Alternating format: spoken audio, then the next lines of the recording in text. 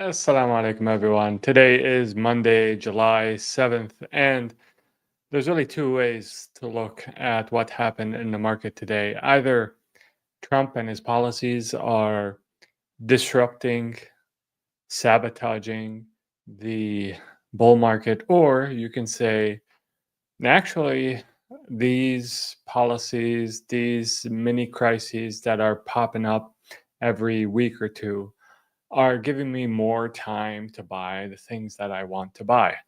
And I am in the second camp. I think that these opportunities are simply delaying the inevitable, but they are opportunities nonetheless, and they should be taken advantage of. So, what did the markets do today? The VIX was up 1.77%. The dollar index continued its decline. We're now at 97. It's been declining since the start of the year. The Russell is down 1.5%. By the way, the dollar depreciating is actually good for risk assets that are denominated in dollars. The Dow Jones is down close to 1%. The S&P is down 0.8%. The Nasdaq is down 0.8%. And basically, right across the board here, with regards to major names that we'd like to follow, MicroStrategy as a index for, I guess, the Bitcoin ecosystem generally, down 2%. Tesla is down close to 7%. We'll talk about Tesla in a second. CleanSpark down 7.5%. Everything else down, as you can see. Silver, it has made a pretty solid run as of late. As we talked about on this live, that first gold moves, then silver moves, and that's exactly what we've been seeing. Silver is up, gold is pretty much flat, oil is pretty much flat. Bitcoin is at 108,000, still stuck in that range that we have been stuck in for the last 3 months. But I think soon we will break out. We just need some calmness from the administration, some deals getting done. Now that the big, beautiful bill has passed, now investor attention is on the tariff situation. And today they're nervous about it. Tomorrow, who knows what the sentiment will be. Perhaps, a deal is announced. Scott Besant today was on CNBC saying in the next 48 hours there's going to be deal announcements. So maybe that is catalytic and changes the mood of the market. Doge is down after a volatile weekend, is down now below 17 cents. It too has kind of been trading in a range between, let's say, 15 and 18 cents for the last while now, and I think it's due for a breakout. As with everything, the bigger the base, the bigger the break. The longer you wait, if the asset is a good one, the longer the break upwards, inshallah. So let's talk about what we want to talk about in this live, which is that markets are inefficient and things go on sale all the time. If we look at the map here of movers, we can see basically everything is in the red. You can see this bright box here. That's for Uber, believe it or not. Palantir is also up. Consumer defensive is kind of green, although there are pockets of not so green territories, and the rest is red basically. So what the heck happened? Well, Trump announced steep new tariffs on a bunch of countries that go in effect August 1st, unless something happens. Now, we do have the acronym TACO. Trump always chickens out, and that's there for a reason. I'm not saying he's necessarily going to chicken out, but he has had a history of flip-flopping quite frequently. And so we'll see if these tariffs actually go into effect, or they're delayed, or something happens, a deal happens, and victory is declared. We will see. Uber, as I mentioned, the buggy and whip business is up to all-time highs today. Got an upgrade from a prominent analyst from Wells Fargo today. And nothing really new other than that. Obviously, they have, collaboration with Waymo. But Waymo is not profitable, and I'm not really sure, considering how unprofitable Waymo is, there's not much sharing to be had in terms of cash flows. Waymo's still not at break even, so I'm not really sure how much Uber can extract in terms of dollars from Waymo before Waymo says, "Hey, maybe I should make my own app." So I think this is a really big mispricing. Buying Uber today is like investing in a buggy and whip company in the early days of the Ford Model T. I think that uh, this is not going to end well for Uber. I don't know how much of a runway it has between now and it's entering the decline state, or maybe they pivot into a business model that works. But the fact of the matter is, the years ahead are going to be years of transition to autonomous ride hailing, delivery, autonomous everything. And I don't see Uber having any edge in that space. It has an app with a lot of people that drive manually connected to it. And those people are going to find new jobs in the coming years, and the app is just going to become completely irrelevant. But that's why there's a market for everything. People obviously don't necessarily agree with what I just said. And Uber, as I said, is at an all-time high on a day that the market is down. So definitely a head scratcher there. I mean, people got to do their own thinking at some point. It can't be just completely offshore to a Wells Fargo analyst. um, and really, it's a difference between people on this particular matter is uh, basically in what they see when they look at this. So this is a comparison of rideshare players. And so you have the traditional rideshare players, Uber and Lyft, and you have the autonomous rideshare players, Waymo and Tesla. And you have basically in terms of car costs, um, you have basically no car costs for Uber and Lyft because they're just an app. Waymo, the car cost is 150,000.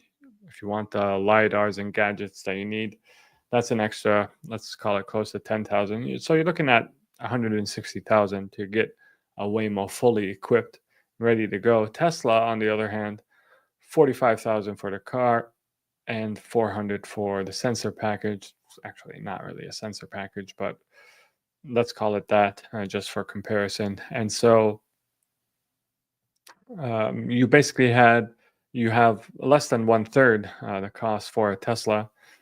In terms of fleet size, they say 1.5 million for Uber, 600,000 for Lyft, but that's kind of not accurate because these are cars that are not owned by Uber or Lyft.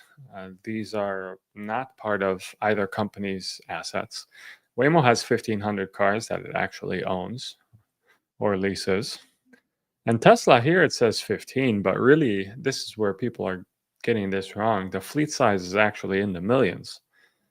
Right now, the number of cars that are participating in the experiment that they are performing in Austin, the slow rollout of the Robotaxi, yes, it's between 10 and 20 cars. So that represents what they have right now. But in terms of fleet of cars on the road, that's in the millions. And these can be transformed into robotaxis with a software update. So that's where this comparison goes haywire. And then you have the gross bookings per ride.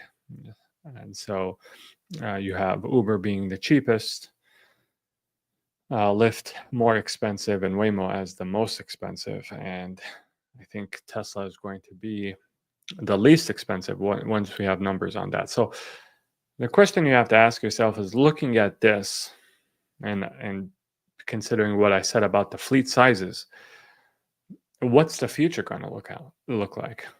Well, the future is going to look like, uh, as I said, fleet size of hundreds of thousands, millions soon for Tesla. Waymo is going to be far below that. It's only at 1,500 after years of operation. Even with Google's deep pockets, it's not going to be able to catch up with Tesla in terms of number of cars that it can deploy. And Lyft and Uber are just out of the game entirely, because they don't even have a fleet. They don't own any cars. I mean, their basic business model is about using other people's cars that connect to their network. So they're out of the game entirely. And especially once Tesla's costs become lower than theirs, no one's going to want to hail an Uber or Lyft unless a Tesla isn't available. Now, because why do you want to deal with a driver, uh, and tipping that driver? Maybe that driver is rude. He's having a bad day. Maybe you don't want to deal with any of that. Just go with the Tesla. It's cheaper. You have uh, complete control over the process. And so the difference between people who are investing in Uber and people who are investing in Tesla at this particular point is having that vision that I just described for you of the future. And what I think everyone is focused right now on, oh well, Elon, he's going to launch a third political party in the United States, and that's going to get him involved in politics and the back and forth. He's going to lose focus. There's going to be a lot of retaliation against him and his companies, and that's going to really adversely affect Tesla. But to me, that's all noise. What is signal is what is happening on the ground, how the business is developing, and the fundamentals of that business. And Austin, the city of Austin has a website, and they made public basically the number of incidents that the autonomous cars are experiencing while doing their rides. And if you look at Waymo for the month of June, they had 11 incidents. 6 of those incidents were safety concerns. 2 of them were blocking traffic, and 3 of them were a nuisance. So that's the categorization that they had for the 11 incidents that Waymos were involved in the month of June in Austin. Now, if you look at Tesla, they had 1 incident in June, and that June incident was categorized under safety concern. They had 0 collisions. They had 0, blocking traffic, 0 nuisance incidents that were reported by the city of Austin. Now, granted, this just because it's not reported by the city of Austin doesn't mean it didn't happen. But I think it's pretty telling that Tesla only had 1 incident, and they likely had hundreds of rides during the month of June. And they are, as we saw, a third of the cost of Waymos. And it appears that they're, now keep in mind, Waymo did a lot more rides than Tesla. It's tough to say by how much they did. So it's not fair to say, oh, it's, they're 10 times safer, 10 times better performance Teslas are than Waymo if you're comparing 1 to 11, or 11 times rather. It's not fair to say that because Waymo had a lot more rides in the month of June in Austin. It's tough to say by how many more rides they had, but they had more rides, that's for sure. They have been operating in Austin for months prior to Tesla launching. But I think what we can deduce from this number is that it's working. The Tesla robotaxis are by and large working. Yes, there are some videos online. Oh, hey, it did the wrong thing here. Hey, it's less than ideal in this other place. But by and large, the experiment is working. This is signal. This is what people need to be ecstatic and excited about. This is what people need to be, uh, why people need to be clamoring to own a piece of this business for. It's the first month of their operation. They had one incident after hundreds of rides. And this is a multi-trillion-dollar market, and they clearly have the lead in terms of actually being a viable business, being the only player out there that is a viable business in terms of the cost that it takes to manufacture a Tesla and make it capable of being Robotaxi. And in comparison to the closest next player, at least in the United States, the closest next player, there it's a it's a third as cheap.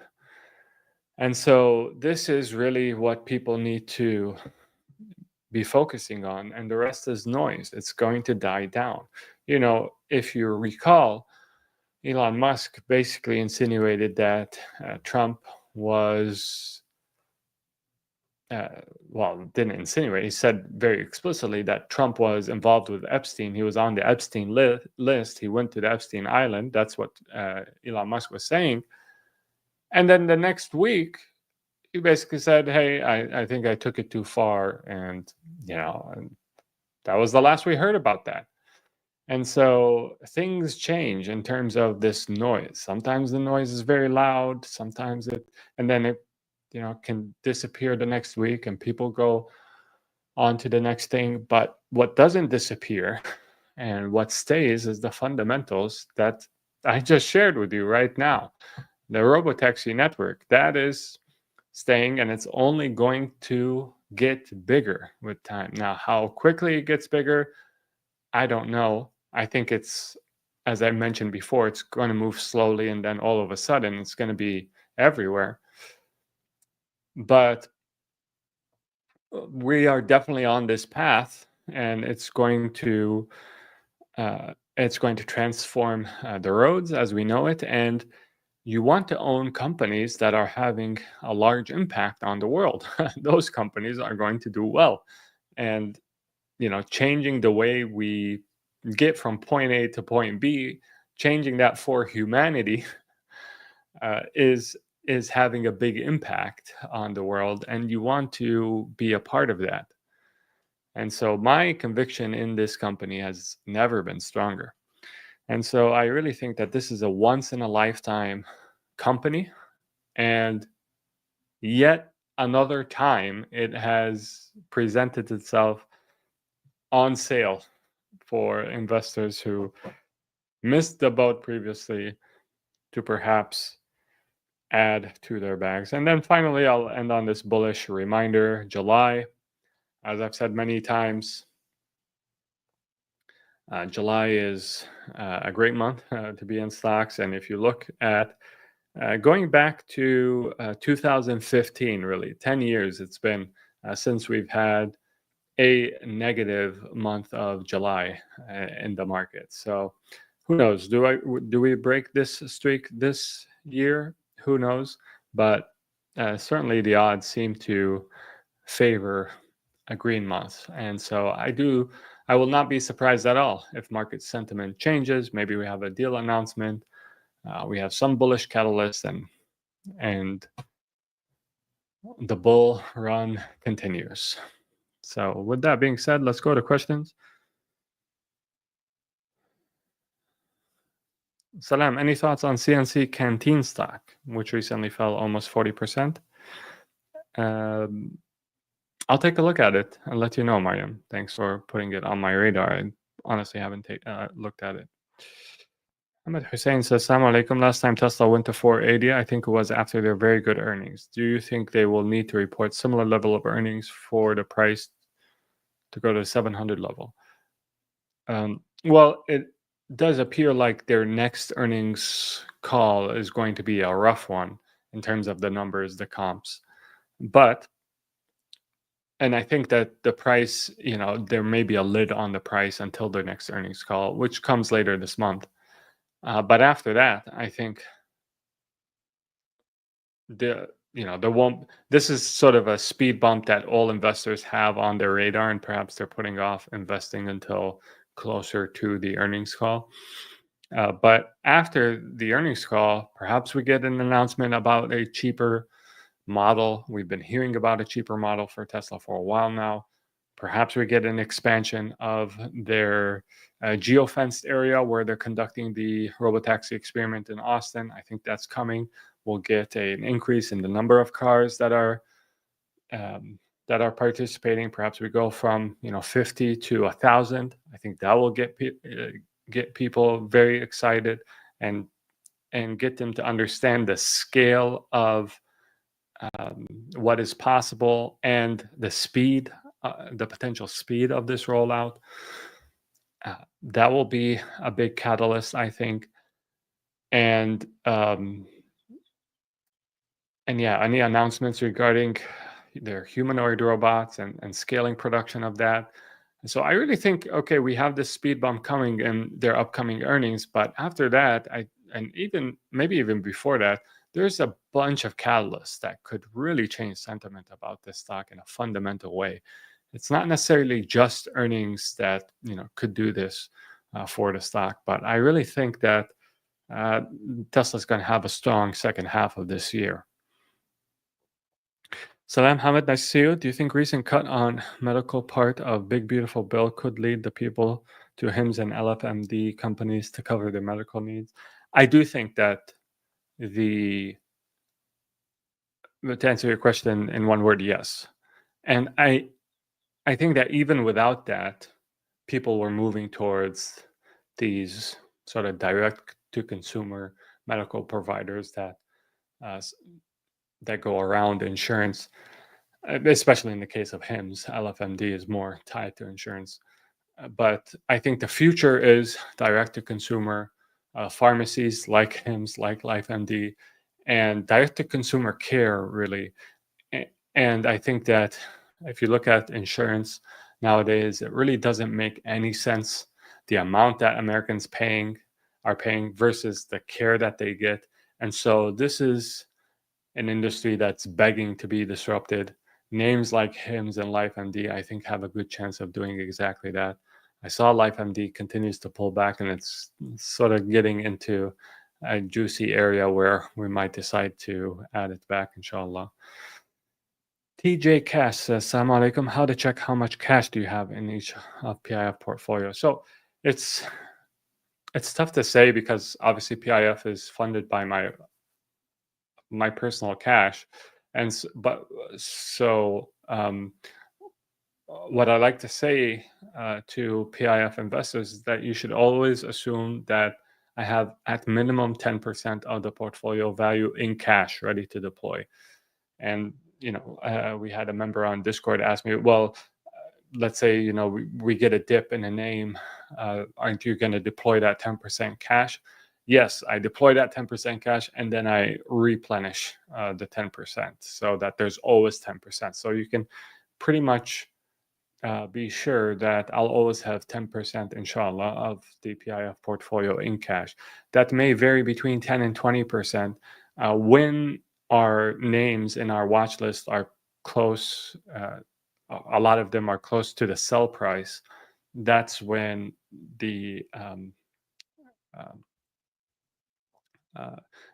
amount of cash is obviously going to increase, and maybe I'm closer to that 20%. When names, you see the majority of names in the buy zone, that's when I'm going to have less cash, right? Because I'm going to be deploying it. So hopefully that's helpful. Assalamu alaikum, Brother Khan. I see you. Juvaid says, Salam, brother. Where do you see iron price? So perhaps I did want to talk about Quartz and CoreWeave. CoreWeave took over Core Scientific in an all-stock deal, although the Core Scientific got hammered today, down close to 20%. And that's because basically the deal says that Core Scientific will be valued at 1/8 of CoreWeave in towards the end of the year. And right now, the CoreWeave valuation is extended, so I think investors are thinking maybe CoreWeave drops in valuation, and therefore, 1/8 of that is going to be worth less than what it is right now. And what I'd like to see is, familiarize myself more with the terms of this agreement to see if we can extrapolate. Okay, what if similar terms were applied to iron? What would that mean for the valuation of iron? So maybe we talk about that tomorrow, inshallah. Uh, Dr. Khalid, nice to see you. Salam, brother Osman. Jazakallah for all the value. Wayakum. Will PIF ever buy and analyze Canadian stocks? Absolutely, if they're attractive enough, I will. We did not get weekly email today.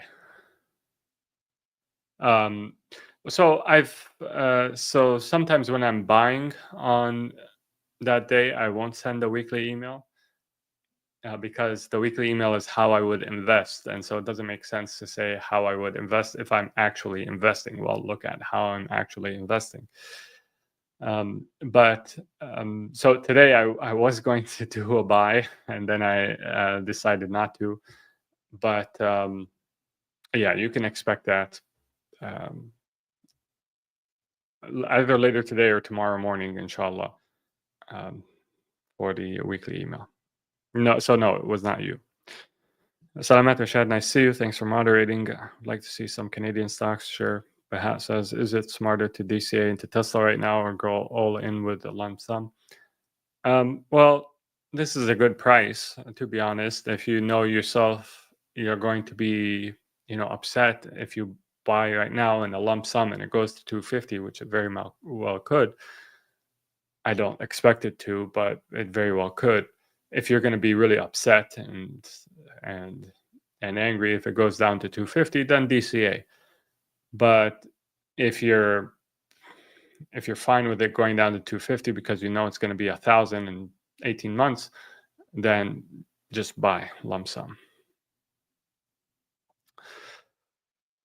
Khan says, do you think robotaxis will still have to deal with the issue that they need to be charged and the infrastructure is still not there, plus the amount of time it takes? It's a good question. I think if any company is able to provide the infrastructure for charging quickly, it is Tesla. They by far have the largest charging network in the United States. And, other EV companies are, have basically conceded to Tesla, and they're partnering with Tesla to allow their EVs to charge on Tesla's network. So if any company was able to set up the necessary facilities quickly, that would be Tesla. EVs, okay, sorry. Hamid Amir says, is recent LFMD CEO stock sale the main reason for stock drop? Well, remember, Hamid, when we sold and took profits, we didn't know of the LFMD CEO stock sale that was to come. So I think that what happened was it's a bit, ran, and I think it was a bit overbought. And so we just made a tactical move there. And I think a lot of other investors did the same. But typically selling by a CEO or selling by insiders, most of the time that's noise, because people need money, whether they have conviction in the stock or not. People need money for various reasons. Someone wants to upgrade their house, wants to go on vacation, wants to pay taxes, wants to buy a new yacht, whatever.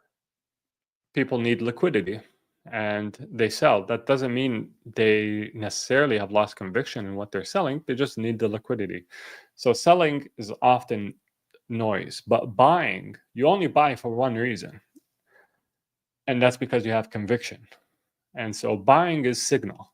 Buying is strong signal. When you see insiders buying, that's signal. Selling is often noise, and people often really overreact to it.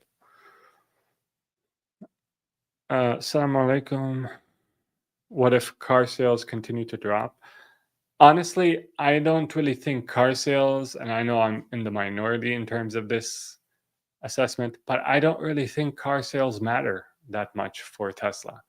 And the reason I say that is because once the robotaxis are enabled, they may not even want to sell their cars. They may want to hold on to their cars and just add them to their robotaxis and make 100% of the profit for themselves. The margins on robotaxis are way better than the margins on selling EVs. So we're lucky if Tesla continues to sell its cars. I think they will, but in terms of as a company, it will basically be able to deploy as much as it can manufacture. Once the robotaxi network is up and running, it will deploy as much as it can manufacture. And so the future is one where I think Tesla sales are completely forgotten almost, because you'll be lucky if you can get one. That's what I think. And I understand this is, maybe too bullish for some, but that's how I see the future really. Salam, with crypto gaining momentum, do you think it's time to revise your Q3 peak projection? Let's see. I think it's too early to revise it. I mean, we just started Q3. We're 7 days in, so we'll see. But it's very possible. I mean, what I'm noticing about this bull run versus last bull run is that it's not as acute in terms of sort of the degree upwards in which things are going. But perhaps, in place of its acuteness will be longevity.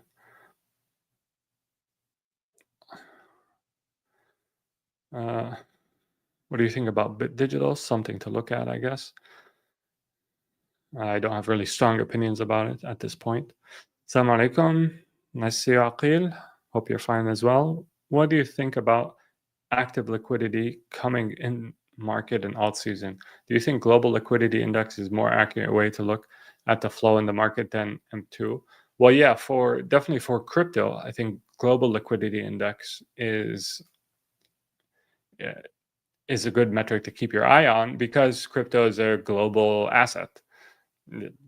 People in China can buy it just as easily as people in the United States can. It's not true about stocks, for example. And so, yeah, the global liquidity index is very relevant, and it doesn't seem like there's much disagreement about where that is headed. And so long as it's headed northward, and continues as it has been, then that's good for crypto. Tesla or Bitdeer for 2025. Look at our ranking. That's why we have the ranking on our watch list, brother or sister. Flower Ridge. Taskeen, assalamu alaikum. Alaikum salam. Do you see Bitdeer hitting the same heights it did in the past year? Yeah, eventually I think it will. Tesla 260 is more convenient. Yeah, I mean, Tesla 1 is more convenient. Wayakum Aqil. Thanks, Rashad. Appreciate it. Yeah, great questions by the chat. Really appreciate it. Thanks for tuning in. Leave a like and become a PIF member if you haven't already. Until next time, make sure to take care of yourself. Assalamu alaikum and peace be upon you all.